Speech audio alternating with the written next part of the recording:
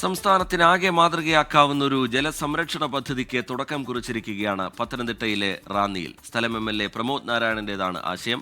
ജലമിത്ര എന്ന പദ്ധതിയിൽ മഴവെള്ള സംഭരണം മുതൽ ജലസാക്ഷരത വരെ ഉൾപ്പെടുത്തിയിട്ടുണ്ട്. മണ്ഡലത്തിലെ 12 പഞ്ചായത്തുകളെയും സംയോജിപ്പിച്ചാണ് ജനകീയ പദ്ധതി.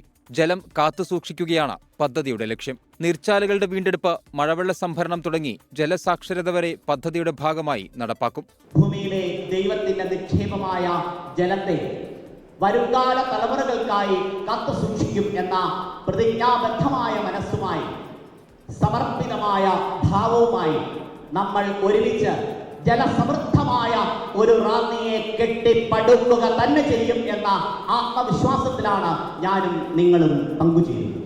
റാന്നി മണ്ഡലത്തിലെ 12 പഞ്ചായത്തുകൾക്ക് പുറമെ കുടുംബശ്രീ ഉൾപ്പെടെയുള്ള ഏജൻസികളെ പദ്ധതിയുമായി സഹകരിപ്പിച്ചിട്ടുണ്ട്. പദ്ധതിക്ക് മന്ത്രി റോഷി അഗസ്റ്റിൻ തുടക്കമിട്ടു.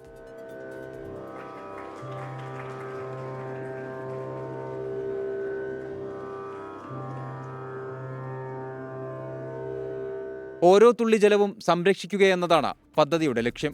പദ്ധതി നടത്തിപ്പിനായി ഒക്ടോബറിൽ റാന്നിയിൽ ജല പാർലമെന്റ് ചേരും. സംസ്ഥാനത്ത് ആദ്യമായാണ് ഒരു MLAയുടെ നേതൃത്വത്തിൽ ഇത്തരത്തിൽ സമ്പൂർണ്ണ ജലസംരക്ഷണ പദ്ധതി തയ്യാറാക്കുന്നത്. 24 പത്തനംതിട്ട. ലോകത്തെവിടെയായാലും ഏത് സമയത്തും 24 വാർത്തകളും ഓഗ്മെന്റഡ് റിയാലിറ്റി പാക്കേജുകളും എക്സ്പ്ലെയിനറുകളും വിശദമായി കാണാൻ ഞങ്ങളുടെ YouTube ചാനൽ നിങ്ങൾക്ക് സബ്സ്ക്രൈബ് ചെയ്യാം.